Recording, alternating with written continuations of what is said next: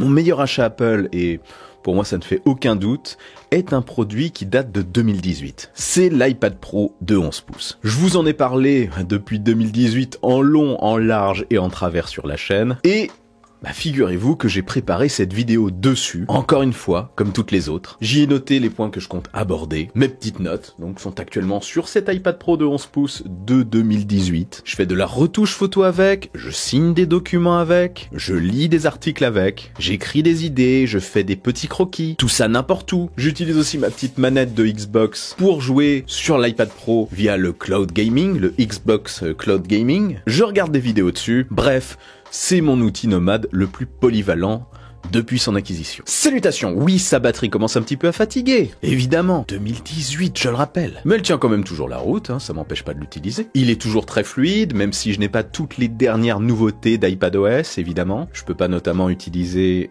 malheureusement, Stage Manager sur un écran externe, quel dommage. Mais il est toujours à jour, il tourne toujours, là, actuellement, sous la dernière version de iPadOS. Mais bon, il va quand même être temps pour moi de renouveler cet outil qui m'est aujourd'hui quand même assez indispensable. Que ce soit pour le travail et pour le divertissement, il occupe clairement une place très importante dans mon setup. Mais j'aimerais quand même faire plus avec. C'est pour toutes ces raisons que j'attends particulièrement sa mise à jour, l'iPad Pro de 2024. J'ai patienté tout ce temps pour en arriver là, à ce produit. Vous pouvez imaginer que je l'attends de pied ferme, et quand il arrivera, je le testerai en long, en large et en travers pendant plusieurs années aussi sur la chaîne. Donc si ça vous intéresse, si ce n'est pas encore fait, abonnez-vous par prévention. Car oui, une toute nouvelle version devrait arriver en mars ou en avril. En fait, on parle plus d'une conférence en mars et de l'arrivée du produit, enfin la commercialisation du produit en avril. Comment on sait ces dates? Eh bien, apparemment, la production d'écrans OLED qu'on va avoir dessus aurait commencé pour une commercialisation, pour une livraison en avril, voilà. Le souci, c'est que, aux dernières nouvelles, encore une fois, on parle d'un tarif quasiment doublé. On passerait de 799 $ à 1499 $, j'ai du mal à le dire, pour le modèle de 11 pouces, et de 1099 $ à, tenez-vous bien, 1799 $ pour le modèle de 13 pouces. 12,9 ou 13, on sait pas encore. Donc en euros, si on se fie un petit peu aux comparaisons des tarifs de Mac aux États-Unis et en France, on peut imaginer l'iPad Pro de 11 pouces dans sa configuration de base que j'espère en 256 Go et plus en 128 Go de stockage, donc à partir de 1829 €. Ouais, pour le 11 pouces. Et le 13 pouces serait commercialisé, si on suit à ces rumeurs, à partir de 2229 €. Alors là, tout de suite, est-ce que j'ai toujours envie de l'acheter?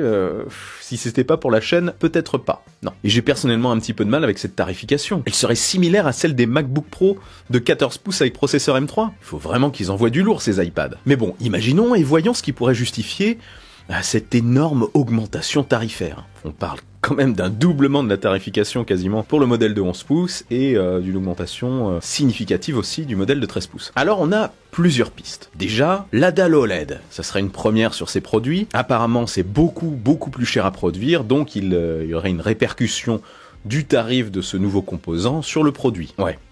Et de là à doubler le prix, on aurait aussi le droit à un design totalement revu. On peut imaginer notamment des bordures plus fines autour de l'écran, donc un écran quasi bord à bord d'aspect. Et on peut aussi imaginer plus de ports sur l'iPad, comme sur le MacBook Pro. HDMI, lecteur de carte SD. Ouais. Perso, je vois plus ça arriver sur le nouveau Magic Keyboard qui est censé avoir été totalement revu. Mais vraiment, de fond en comble. Jusqu'à présent pensé comme une housse pour l'iPad, une housse avec clavier et trackpad, il pourrait être pensé pour s'allier totalement avec l'iPad Pro, avec le nouvel iPad Pro, et notamment avec son design, pour que l'ensemble se rapproche le plus possible d'un MacBook. Du coup donc, peut-être un plus grand trackpad, un clavier certainement toujours rétroéclairé, oui, mais plus confortable, un châssis peut-être plus lourd, pour tenir l'iPad droit, utiliser l'iPad comme un écran de Mac avec une charnière donc, suffisamment lourd pour pas que ça bascule. Faire ça, ça permet de gagner un petit peu de place sur le haut de la partie châssis pour monter le clavier et augmenter la taille du trackpad. Sur ce fameux clavier, donc plus épais, on pourrait très bien retrouver plus de ports USB-C, un lecteur de carte SD qui est fort utile, ça fait plaisir qu'il revienne sur les MacBook Pro parce que ce sont des machines destinées aux pros et c'est quand même sympa de se passer d'un adaptateur et de l'avoir directement au niveau du produit. On pourrait retrouver aussi un port HDMI, même si, j'en conviens, on peut très bien utiliser un Thunderbolt USB-C pour brancher L'iPad a un écran externe, donc peut-être pas ça, ouais, pour garder la finesse. On peut aussi très bien imaginer le retour du chargeur MagSafe. Ça, on en parle depuis longtemps sur les iPad Pro. Ça n'a toujours pas vu le jour, mais c'est possible que ce soit pour ce nouveau modèle. Enfin, je parle de retour de chargeur MagSafe, l'arrivée tout court d'un chargeur MagSafe, parce qu'il n'y en a jamais eu sur l'iPad. Alors, ça pourrait être un chargeur MagSafe comme celui de l'iPhone, mais aussi, ce qui est plus crédible, un chargeur MagSafe à la manière de ce qu'on voit sur les MacBooks, encore une fois.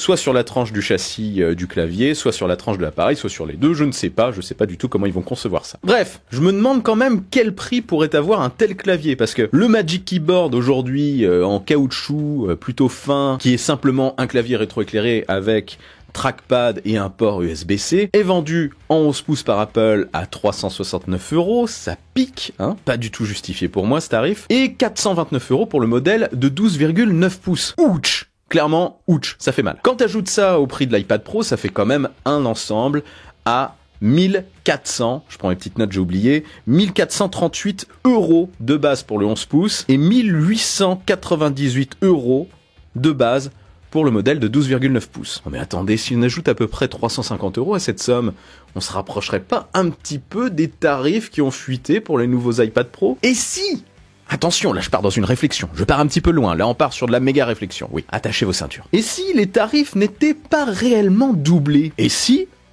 l'iPad Pro de 2024, conçu de pair avec ce fameux clavier, pour faire une sorte d'ensemble hybride, était tout simplement vendu exclusivement avec ce dernier? Oui, je sais, c'est pas très Apple, Apple a tendance à vendre un produit de base et on y ajoute les accessoires, mais imaginons, ça pourrait se tenir. Nouveau design global, puce M3, un ensemble d'aspects MacBook. Vous voulez une ancienne configuration, enfin l'ancienne version d'iPad si besoin, vous aurez toujours les iPad Air qui au passage seront mises à jour apparemment en même temps que ces iPad Pro, avec une version plus grande, une version de 12,9 pouces qui viendra accompagner celle de 10,9 pouces actuellement. Voilà, dérivé en deux tailles avec toujours un Magic Keyboard à l'ancienne, acheté séparément. Parenthèse dans la parenthèse, tout ça sera présenté à mon avis lors de la conférence de mars. Voilà. Enfin bref, détacher totalement la gamme Pro, l'iPad Pro de l'iPad classique pour le rapprocher un petit peu plus du Mac et d'usage professionnel et